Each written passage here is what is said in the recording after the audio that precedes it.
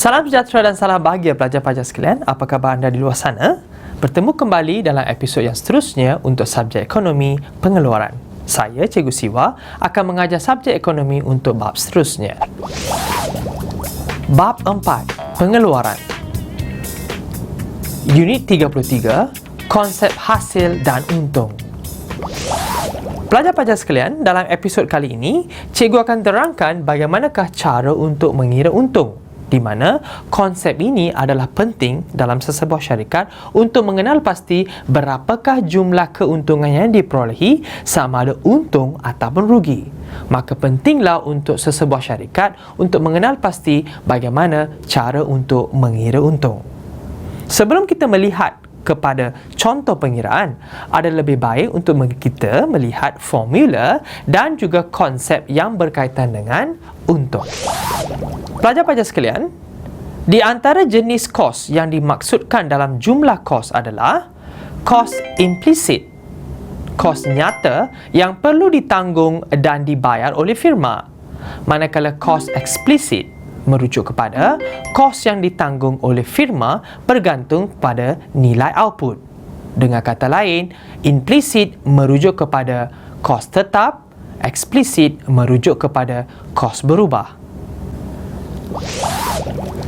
Pelajar-pelajar sekalian, sekarang cikgu akan tunjukkan bagaimanakah untuk mencari untung dengan menggunakan formula terlebih dahulu.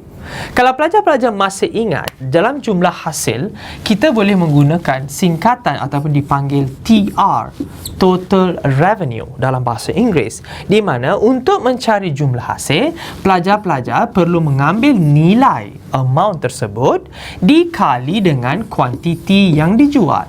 Maka P dikali dengan Q, anda akan mendapat jumlah hasil.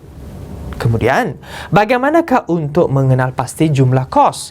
Berkaitan dengan subtopik yang pernah cikgu ajar, di mana ia merujuk kepada kos tetap, iaitu fixed cost, dicampur dengan variable cost ataupun kos berubah. Seperti yang telah cikgu huraikan tadi, kedua-dua jenis kos, implisit dan eksplisit, juga dikaitkan dengan jumlah kos. Maka, setelah anda mengenal pasti jumlah hasil, setelah anda mengenal pasti jumlah kos, maka kita boleh mencari untung atau rugi. Di sini, cikgu ini memberikan singkatan, di sini adalah TC. Maka, untuk mencari untung atau rugi bergantung kepada jumlah nilainya. Tetapi formulanya, TR ditolak dengan TC. Dengan kata lain, sekiranya nilai TR melebihi TC, sudah pasti jawapannya adalah untung. Tetapi sekiranya nilai ini, cikgu tunjukkan secara 3 ya pelajar, sekiranya nilai TR lebih besar daripada TC, sudah pasti ia adalah untung. Tetapi sekiranya nilai TR, iaitu jumlah hasil, kurang daripada jumlah kos, maka sudah pasti ia dipanggil rugi. Tetapi sekiranya nilai TR adalah sama dengan TC, di sinilah dipanggil titik pulang modal. Ataupun dalam bahasa Inggeris juga dikenali sebagai break-even point. Maka inilah formula-formula yang pelajar-pelajar perlu ingat untuk mencari untung. Pelajar-pelajar sekalian, cikgu telah sediakan satu rangka bagaimanakah untuk mengenal pasti jumlah untung pada akhirnya. So, cikgu sediakan satu contoh untuk membolehkan pelajar-pelajar memahami bagaimana formula yang telah anda pelajari dipraktikkan untuk pengiraan. Kerana dalam sesuatu peperiksaan, selalunya mereka akan menanyakan bagaimanakah cara untuk mengenal pasti untung atau rugi. Adalah lebih baik cikgu tunjukkan cara jadual membolehkan pelajar-pelajar mempraktikkan di rumah. Di sini kalau anda lihat, output telah cikgu sediakan dari antara 0 hingga 300. Di mana kos tetap adalah 200. Kalau anda masih ingat, sebelum ini telah cikgu tunjukkan bahawa kos tetap walaupun pada setiap tingkat output berubah, tetap malar. Maka di sini adalah 200, 200, 200 dan 200. Di mana nilai kos tetap di sini adalah malar. Kemudian kita masuk kepada kos berubah. Kos berubah telah pun cikgu ajar dalam episod sebelum ini, bergantung kepada jenis output. iaitu semakin tinggi output, semakin tinggilah kos berubahnya. Di sini dengan andaian 1 unit bernilai RM8. Maka di sini kos berubah untuk awalnya sudah pasti kosong kerana tiada output. Kemudian kita kira apakah kos berubah untuk 50 unit. Maka nilainya adalah 400. 100 dikali dengan 8, 800. 200 dikali dengan 8, 1600.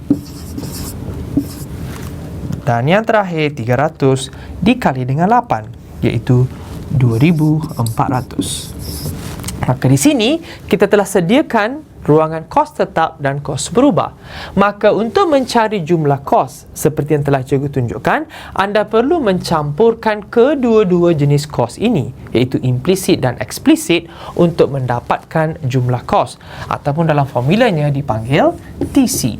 Maka di sini nilainya 200, 400 dicampur dengan 200 maka 600, 800 dicampur dengan 200 1000, 1600 dicampur dengan 200 1800, dan nilai yang terakhir 2400 dicampur dengan 200, maka jumlahnya adalah 2600. Maka kita telah pun siapkan ruangan jumlah kos. Maka di sini kita nak mencari jumlah hasil.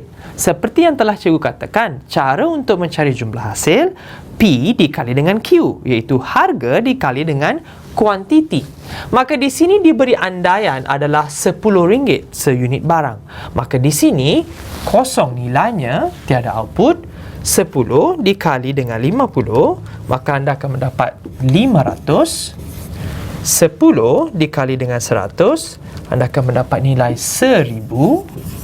10 dikali dengan 200, anda akan mendapat nilai 2000. Dan yang terakhir 10 dikali dengan 300, anda akan mendapat nilai 3000. Maka kita telah pun siapkan ruangan iaitu TC dan TR. Maka di sini kita telah pun sampai ke penghujung bagaimanakah cara untuk mencari untung atau rugi. So dalam tingkat ini kita boleh mengetahui di tingkat manakah syarikat ini untung ataupun rugi. Maka di sini formula mencari untung atau rugi, jumlah hasil ditolak dengan jumlah kos. Maka di sini kalau anda lihat hasilnya kosong, tetapi kosnya perlu ditanggung. Maka di sini nilai adalah rugi, iaitu 200. Tetapi kerugian ini akan berkurang kerana jumlah hasil 500, jumlah kos 600, kerugian 100. Di sini maka bernilai sifar kerana nilai hasil dan nilai kos adalah sama. Di sinilah yang dipanggil titik pulang modal. Nilai sebelum titik pulang modal dipanggil rugi. Tetapi apa-apa nilai yang wujud selepas nilai titik pulang modal, maka disitulah bermulanya tahap untung, di mana jumlah hasil adalah 2000 ditolak dengan 1800, maka syarikat ini mula mendapat untung sebanyak 200. Maka diteruskan pengiraan pelajar-pelajar, yang terakhir 3000 ditolak dengan 2600, maka nilai keuntungan bertambah menjadi 400. Maka di sini lengkaplah carta untuk pengiraan bagaimana untuk menerangkan di antara rugi, titik pulang modal dan untung. Pelajar-pelajar sekalian, walaupun pengiraan merupakan salah satu aspek dalam mengira untung, tetapi dalam proses pengeluaran dalam sesebuah syarikat, wujud beberapa tahap yang perlu dikenal pasti ataupun dipanggil tahap pengeluaran yang paling cekap. Dalam huraian seterusnya ini, cikgu akan terangkan bagaimanakah untuk mengenal pasti 3 jenis tahap yang wujud dalam proses pengeluaran. Berdasarkan kepada apa yang anda lihat di kaca TV anda, pelajar-pelajar, sekiranya jawapan-jawapan yang telah anda buat tadi dilukis dalam jadual, inilah di antara bentuk rupa yang merujuk kepada TP, jumlah pengeluaran, AP, average productivity, dan MP, marginal productivity. Sekarang cikgu akan terangkan apakah ciri-ciri bagi setiap tahap 1, tahap 2 dan tahap 3. Di tahap 1, apa yang berlaku adalah MP akan sama dengan AP, iaitu jumlah keluaran akan meningkat, manakala keluaran purata meningkat dan akan mencapai nilai maksimum. Manakala keluaran marginal iaitu MP pada mulanya akan meningkat lebih cepat daripada AP dan juga akan mencapai maksimum. Pada tahap ini dikatakan tahap pengeluaran yang tidak cekap kerana kalau anda lihat input berubah lebih kecil berbanding dengan input tetap. Secara rasionalnya, seorang pengeluar tidak akan memberhentikan dalam tahap ini. Sepatutnya perlu meneruskan proses pengeluaran. Apabila sampai di tahap kedua, ciri-cirinya MP akan sama dengan AP, di mana jumlah keluaran akan mencapai nilai maksimum.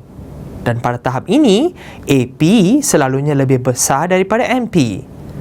Dan pada tahap ini juga, kedua-dua AP dan MP akan menurun. Tetapi rasionalnya, tahap inilah yang dipanggil tahap yang paling rasional dan cekap dalam proses pengeluaran.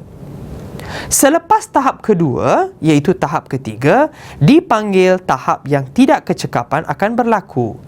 Secara rasionalnya, seorang pengeluar tidak akan mengeluarkan pada tahap ini. Ini kerana MP bernilai sifar dan TP mulai berkurangan. Pelajar-pelajar sekalian, telah pun kita sampai ke penghujung rancangan. Seperti biasa, telah cikgu sediakan soalan untuk subtopik ini untuk memberikan pengetahuan yang lebih mendalam untuk pelajar-pelajar. Mari kita lihat soalannya.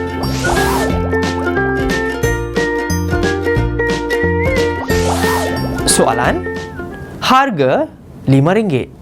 Kos tetap adalah RM4,000. Kos berubah adalah RM3 per unit. Apakah jumlah hasil bagi output berikut? Pelajar-pelajar sekalian, untuk kehendak soalan ini sudah pasti telah pun cikgu tunjukkan formula dia, di mana anda perlu mencari TR ditolak dengan TC.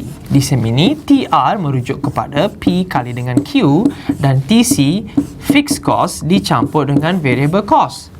Maka kehendak soalan ini adalah harga telah pun diberi RM5, di mana harga RM5 dikali dengan kuantiti yang diberi di sini adalah 1,000. 5 dikali dengan 2,000 dan yang seterusnya adalah 3,000. Maka anda akan mendapat nilai yang berbeza, iaitu 5,000. 2,000 dikali dengan 5, maka akan mendapat 10,000. Dan 3,000 dikali dengan 5, anda akan mendapat 15,000. Di sini, anda telah mencari jumlah hasil. Kemudiannya, dalam soalan ini telah pun diberi bahawa kos tetap adalah 4,000.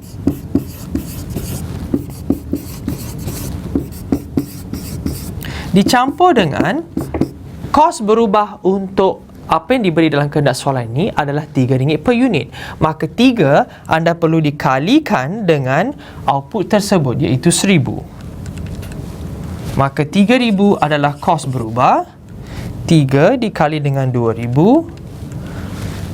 6,000 adalah kos berubah.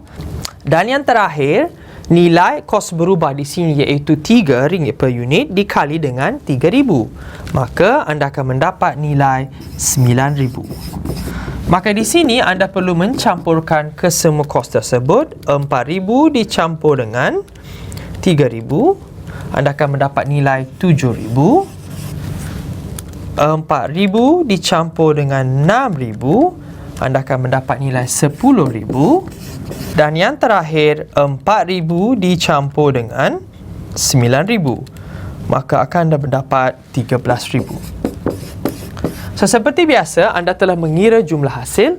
Anda pun telah mengira jumlah kos. So, di sini, kehendak soalannya hanyalah untuk mencari jumlah hasil. Maka anda perlu berhenti dekat sini, tetapi cikgu ingin tunjukkan apa akan berlaku dengan melibatkan kos tetap dan kos berubah.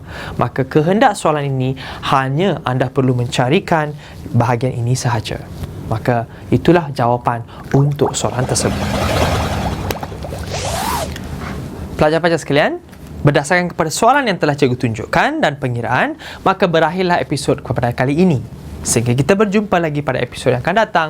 Salam ceria dan jumpa lagi.